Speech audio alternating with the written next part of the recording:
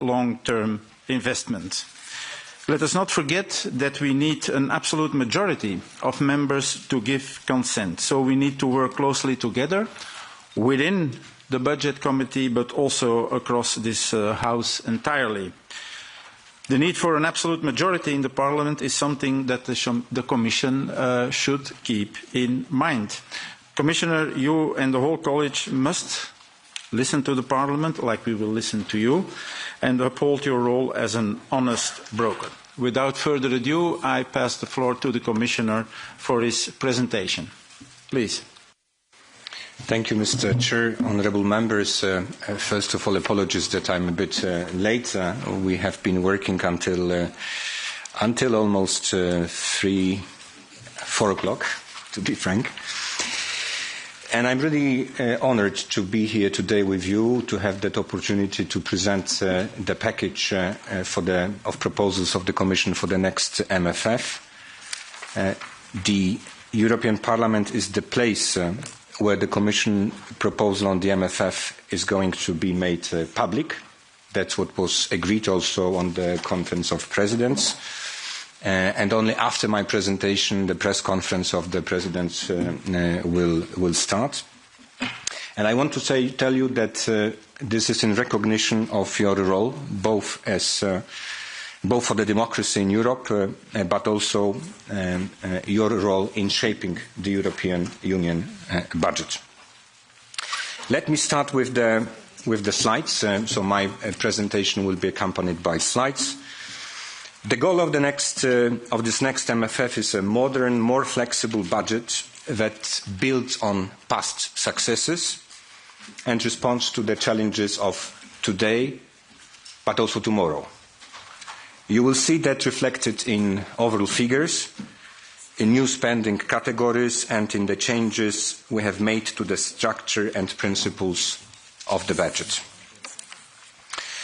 First, every euro from the EU budget must be easy to access for the people and projects it's meant to support, and that is what we mean by simplification. Second, it must be spent on things that matter most to Europeans, where the EU budget can achieve more than national budgets alone. That's what we call being strategic. And third, we need room to respond when the unexpected happens, to act fast in a crisis or shift to new priorities. That's flexibility. That is why we propose an ambitious EU budget for Europe. And we will do all of that while fully upholding the rule of law.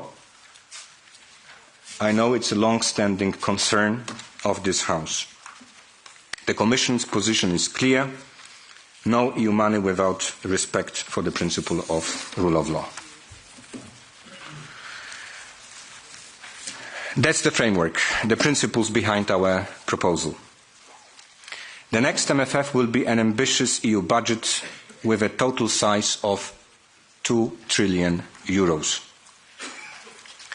Let me turn to the core question: where and how will we spend the EU taxpayers' money?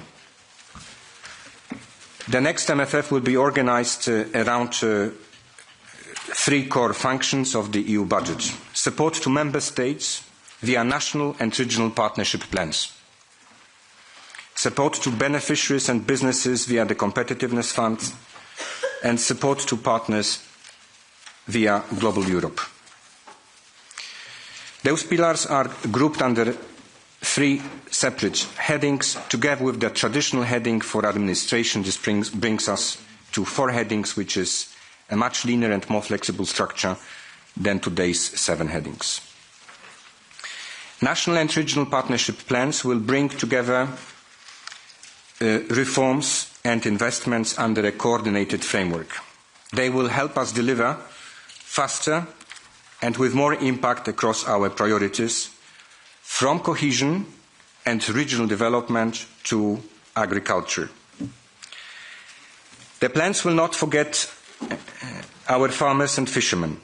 We will ensure that their income is protected by ring-fencing of 300 billion euros for farmers, 2 billion euros for fishermen. And that includes also doubled agricultural reserve. And we are also serious about Europe's social model. The plans will ensure at least 14% of spending for social objectives. We will also ring-fence €218 billion for less developed regions. To strengthen Europe's capacity to respond to shared challenges at our borders, we will integrate the funds for borders, security and migration into the national and regional partnerships with a tripling of their financing. Eastern regions bordering Ukraine, Russia and Belarus will receive a bonus in the allocation of funds to reflect their specific challenges, both for the security and for their economy. The second pillar is the Competitiveness Fund. Together with the 10th Framework Programme for Research, the Competitiveness Fund reaches a financial firepower of €451 billion, including the Innovation Fund. It brings together our investment efforts across clean tech, digital, biotech, defence, space and food security, backing projects from idea to industrial scale. Let me stress the importance of investments in defence and space. Within the Competitiveness Fund, we will increase by the factor of 5 resources which are available for those objectives, so they will reach the level of €131 billion. That will be our contribution of the Competitiveness Fund to defence. As you know, as we discussed already last time, Horizon will remain a flagship with a significantly reinforced budget. In parallel, we are scaling up the Connecting Europe facility to a total of €81 billion to complete infrastructure Europe needs to stay connected and secure. That includes substantial investments in cross-border sustainable infrastructure and also, in the context of defence, tenfold increase for military mobility. Finally, with €200 billion for global Europe, we can act faster, respond better and build deeper partnerships from enlargement to humanitarian aid. And we also set aside up to €100 billion outside the MFF ceilings for Ukraine, our most strategic partner. This is a long-term commitment to Ukraine's recovery and reconstruction. Let me add some words about the EU programmes that citizens know and value the most.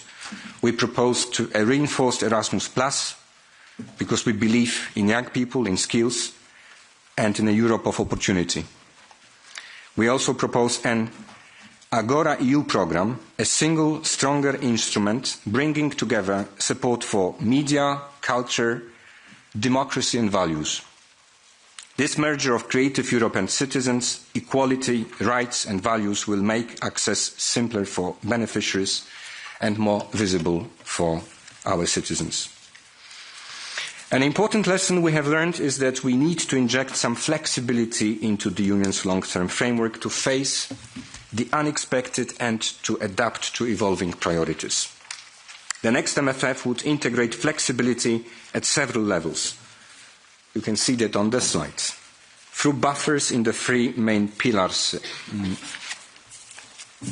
in the form of non-allocated funds and reserves, and through enhanced special instruments which can be mobilised above the ceilings, in particular the flexibility instruments.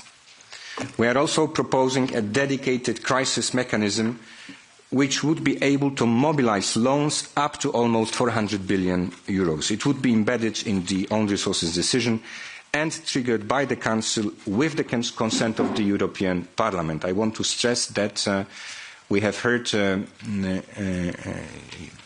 your position expressed on many occasions on the activation of Article 122. That tool might allow us to work closer with the European Parliament at time of crisis. In addition, we are upgrading our capacity to act in emergencies. A new Union civil protection mechanism with a 5 times increased budget will combine civil protection with health preparedness for a Europe that can prevent, prepare and respond faster and more effectively. This is a direct answer to what we learned during COVID, wildfires and floods. Crises do not wait, and neither can Europe. As you can already see, honourable members, this is an ambitious and balanced package, but let's not forget, starting in 2028, we begin repaying the next generation EU funds. So even a modest increase in spending requires a matching effort on the revenue side. This has always been one of the most difficult parts of the MFF negotiations with the Council. And this time, it will be even more challenging given the growing pressure on national budgets. That's why, building on the principle of stable national contributions, we are proposing to introduce new sources of revenue. Right now, the EU budget is funded through 4 main own resources, traditional own resources, contributions based on the VAT, contributions based on the non-recycled plastic packaging waste, and GNI-based contributions, which balances the budget. Our proposal includes 5 new own resources, which you can see on the slide.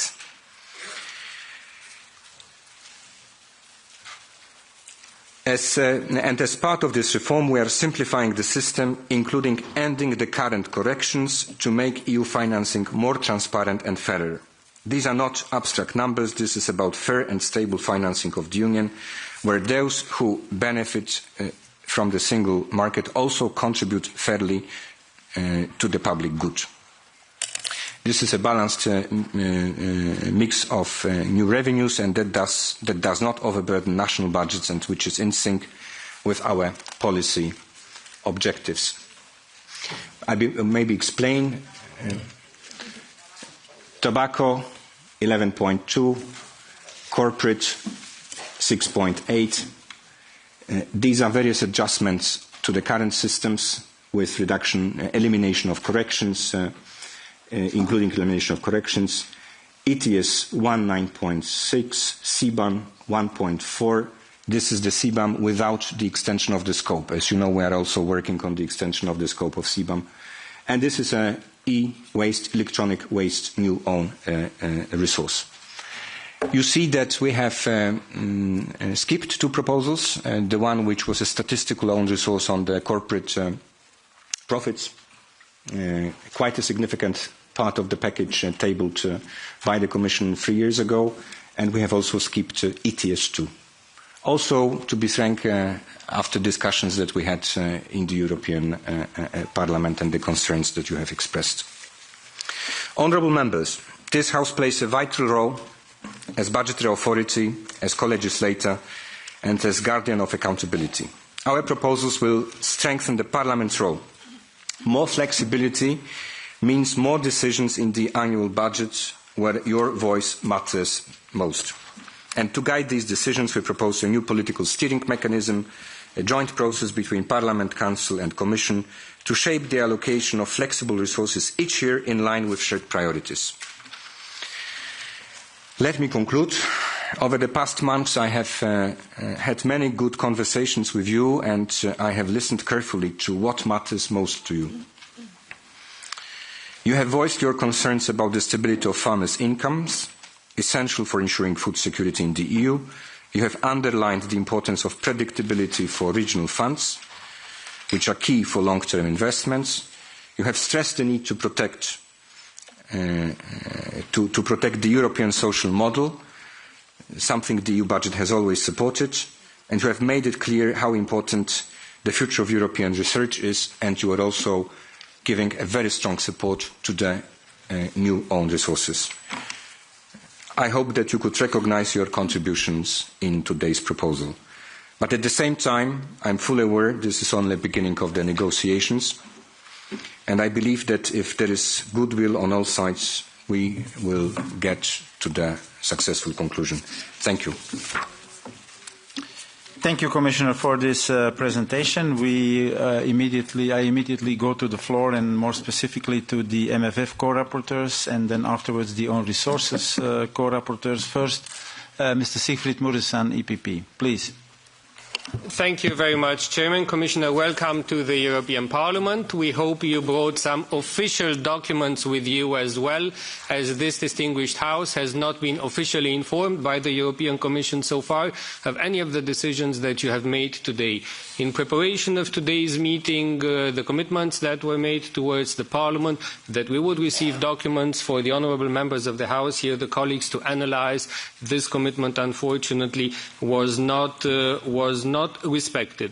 Thank you for the beautiful PowerPoint and for presenting the full part of the glass. Of course, we have to tell you some things as well today, which are based on the facts that this proposal was prepared against the demands of the Parliament, against the demands of beneficiaries, and against the demands of regions as well.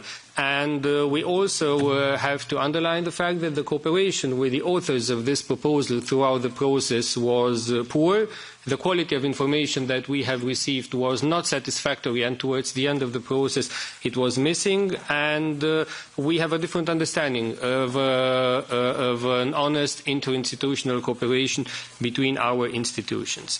Now when it comes to the demands, what do we want as a European Parliament? We want a budget that is aligned with the priorities of the Union, firstly. Secondly, we want a budget which is sufficient and which gives predictability and certainty to the beneficiaries, to research, to farmers, to the local and regional level. And we want a budget that is European. And what is being put forward now is a proposal to renationalise the budget of the European Union, and we believe this would weaken the budget, and we believe this would weaken the European Union as well. This is why in its position at the beginning of May, when we underlined our expectations, we have said clearly that we would reject national regional partnership plans if there is no clear European thinking behind the spending of money, if there is no preservation of the common agricultural policy and of the cohesion policy. And we cannot accept that the budget of the European Union becomes the sum of 27 national, eventually conflicting different agendas. This means that Europe becomes a cash machine. We want a shared vision, a common vision, which balances flexibility and predictability for the next 7 years. We believe that the national regional partnership plans are bad for member states as well, because we would have member states competing against each other. We believe that the national regional partnership plans in this form water down the long-standing priorities of the Union, which are agriculture and cohesion. And we believe that farmers have made very significant efforts in recent years. They faced inflation. They contributed to the transition to the green economy. They faced price volatility. They faced extreme weather conditions. So we believe the support of farmers needs to be increased, not questioned, not decreased. And this is why the position of this European Parliament is for agriculture the same amount until now, adjusted to inflation. And the first question is whether the figure that you mentioned, which is ring-fenced, would match the expectation of the Parliament. Same for cohesion. We're open to change. We're open to the common agriculture policy and to cohesion policy being reformed, being put in line with new objectives. But we are opposed to weakening these two traditional policies. We are opposed to change for the sake of change. We are open to change for strengthening, but we are against change for weakening. The new priorities of the Union are clearly security, defence and competitiveness. On security and defence, we fail to clearly understand what the amounts foreseen would be. We would appreciate some more clarity. And on competitiveness, so far, we see the Competitiveness Fund mainly as an umbrella for merging existing programs. But we believe it needs to go hand in hand with a clear competitiveness strategy. How do we strengthen the single market? How do we make the most of the potential that we have? For external action as well, we want greater transparency, a clearer breakdown of financing to ensure that the EU spending is understandable and accountable. What we see in the Commission's proposal is fewer budgetary lines, less transparency, and basically the Commission deciding alone how it shifts priorities and finances them. We believe that the motto of this budget can be, we're not fixing anything, we will see. But we think this is bad for beneficiaries. We think predictability is missing. When it comes to size, the increases up to the 2 trillion, which sounds well in theory, are firstly inflation, secondly the repayment for Next Generation EU. No penny for the beneficiaries. So we would invite the authors of this proposal not to mislead the beneficiaries of EU funds in creating the false impression that there will be more for them. So we made resources available at the beginning of the pandemic. We ask them back now for the repayment of Next Generation EU. That doesn't mean that we're paying twice. It means that we paid once and we're asking back for the second time, so it's pretty much a zero-sum game. We also think, and this is my last point, we also think that the insertion of the repayment of Next Generation EU